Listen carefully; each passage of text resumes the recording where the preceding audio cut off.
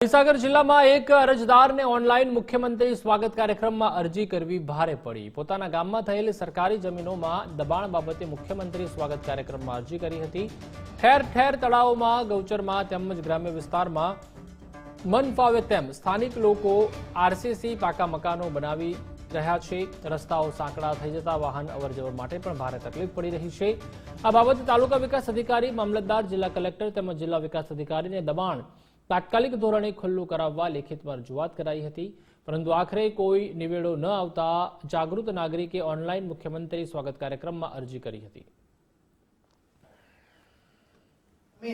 મને ગૌચરની જગ્યા ક્યાં છે બધું બતાવો, પણ હું આપ સાહેબશ્રીના માધ્યમથી કહેવા માંગુ છું કે તલાટી અને સરપંચ આ ગામને ખૂણે ખૂણેથી વાકેફ છે, તો મને ગામમાં જઈ અને ગામ લોકો વચ્ચે હું જગ્યા બતાવું તો મને ખોટો પાડી અને ગામ લોકો વચ્ચે નીચો દેખાડ્યો, એવું એમનું કૃત્ય હતું।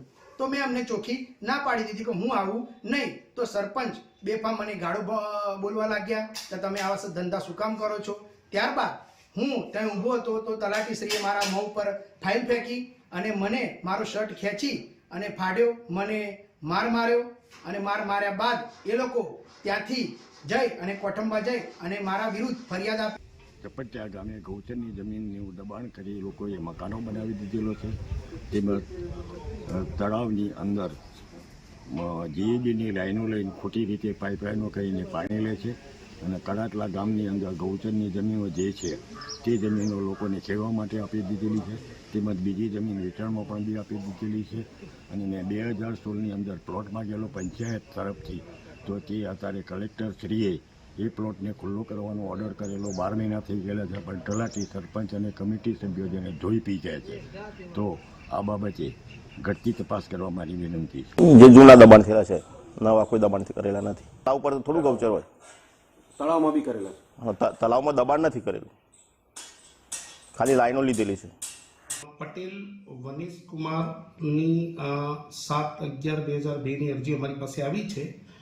જિલ્લા સ્વાગતમાં અમે લીધી છે। એમની રજૂઆત એવી છે કે ચપટિયા ગ્રામ પંચાયતમાં સરકારી ગૌચરની જમીનમાં દબાણ છે, જે અંગે અમે તાલુકા વિકાસ અધિકારીને જરૂરી કાર્યવાહી કરી જરૂરી જવાબ સાથે 28/12ના રોજ હાજર રહેવા માટે અમે ટીડીઓશ્રીને સૂચના આપી છે।